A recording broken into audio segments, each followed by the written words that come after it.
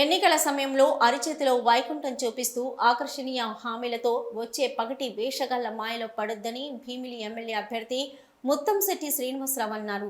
GVMC 8వ ward NTR colony, వికలాంగుల colony, మీదులాపురి ఉడా colony తదితర ప్రాంతాల్లో ఎన్నికల ప్రచారం నిర్వహించారు. ఈ సందర్భంగా ఆయన మాట్లాడుతూ ఇచ్చిన మాట నిలబెట్టుకునే వైఎస్ జగన్ కావాలా, మోసం చేసేవాళ్ళు కావాలా అనేది ఓసారి ఆలోచించుకోవాలన్నారు.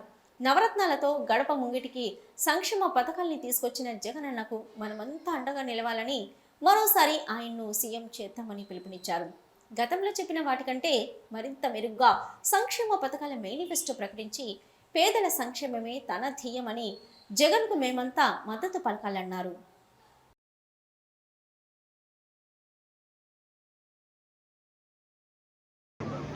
కోట్లాది రూపాయలు సంక్షేమ కార్యక్రమాలు ఖర్చు పెట్టిన వ్యక్తి శ్రీ వైఎస్ జగన్మోహన్ రెడ్డి గారు. రెండోది ఎలాంటి అవినీతి లేకుండా. మూడోది ఏంటంటే అన్నీ కూడా వాళ్ళ కాళ్ళ దగ్గరికి వెళ్తున్నాయి.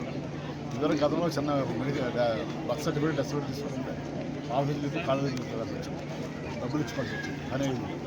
అయినా కానీ వాళ్ళ వ్యవస్థను ఒక విప్లవాత్మక మార్పు తీసుకొచ్చి entire government institution system public కాళ్ళ దగ్గర తీసుకుంది. చాలా గొప్ప విషయం సాధించాలి.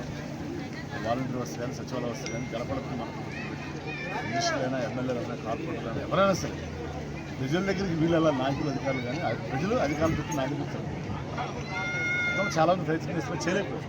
నేను చాలా సక్సెస్ఫుల్ చేశాను. అది ఫస్ట్ వచ్చిందంటే. రెండోది కరప్షన్ లేకుండా చేశాను. మూడోది ఎక్కడ కూడా ఈ పార్టీ చూడాలి. పేదవాళ్ళు ఉంటే ప్రతి ఒక్కరు కూడా ఈరోజు లభించింది. సో దానివల్ల ప్రజలు చాలా సంతోషంగా ఉన్నారు.